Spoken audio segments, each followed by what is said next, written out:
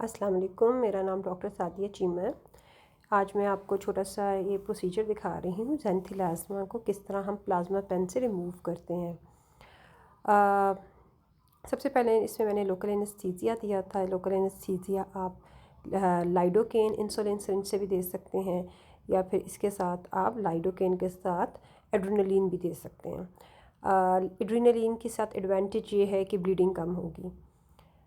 Plasma pen से जैसे ही हमने ऊपर लेयर रिमूव करते हैं, उसके बाद फिर मैंने स्क्रैप किया, ये वेट गॉज़ के साथ स्क्रैप करना शुरू कर देते हैं ताकि जो चार स्किन है वो रिमूव हो जाए। फिर इसी तरह हमने स्टेप बाय स्टेप लेयर्स को बर्न करना है, और लेयर्स को बर्न करने के बाद वेट गॉज़ के साथ हमने बर्न स्किन को स्क्रैप ऑफ करना या हटा लेना है। ये एक पेशेंस वाला प्रोसीजर है, और 3 to 6 टाइम आपको ये करना पड़ सकता है। जैसे हम स्किन हटाते हैं तो आप देखेंगे कि नीचे आपको फिर येलो पिगमेंट नज़र आना शुरू हो जाएगा। तो ये हमारे लिए एक हिंट होता है कि एक लेयर हमें और फिर हटानी, तो इस तरह हम हटाते जाएंगे लेयर्स को। तो प्लाज़्मा पेन की सेटिंग आप हाईएस्ट पे रखें, जो आपकी मशीन में सेटिंग है उसके जो उसकी हाईएस्ट या उसके करीब रखें, और करते जाएं। इसके साथ ये है कि थोड़ी बहुत बीच में ब्लीडिंग होगी, तो साथ उसको कंट्रोल रखें, गॉस पीस के साथ उसको कंट्रोल कर लें। ये सेम प्रोसीजर आप इलेक्ट्रोकॉटरी के साथ भी कर सकते हैं।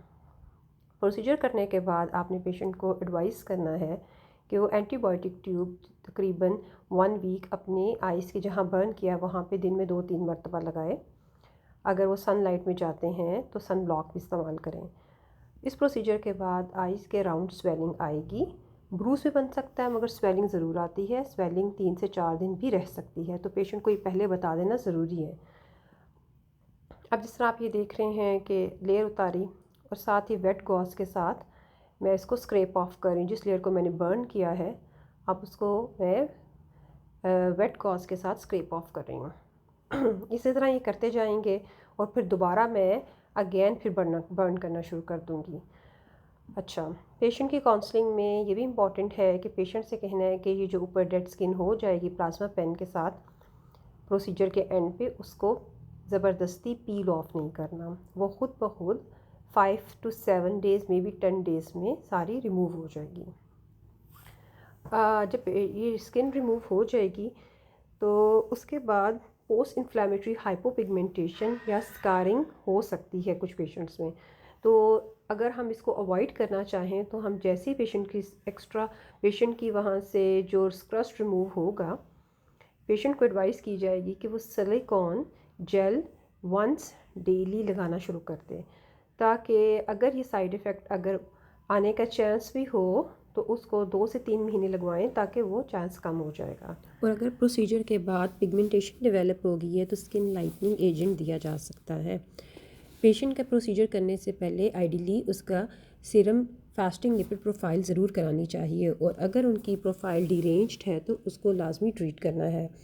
और पेशेंट को ये भी काउंसिल किया जाना चाहिए कि ज़ेंथिलाज़्मा में रेकरेंस बहुत ज़्यादा है, और पेशेंट को बताना चाहिए कि वो एवरी 6 months to 1 year में आके फॉलो अप करे, और अगर ज़रूरत समझी जाए तो इसको दोबारा भी किया जा सकता है। साथ पेशेंट के लिपिड प्रोफाइल को करेक्ट रखना चाहिए। आई होप ये आपको समझ आ गया होगा। शुक्रिया, अपना ख्याल रखें। अल्लाह हाफिज़।